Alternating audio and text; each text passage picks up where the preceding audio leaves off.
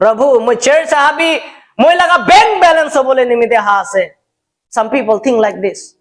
तखन church आइले तखन ला बैंक बैलेंस ভালো হই যাব तखन church आइले तखन ला परिवार शांति থাকিব ইতু तखन ला মোটিভেশন লই কিনা तखन church আইছে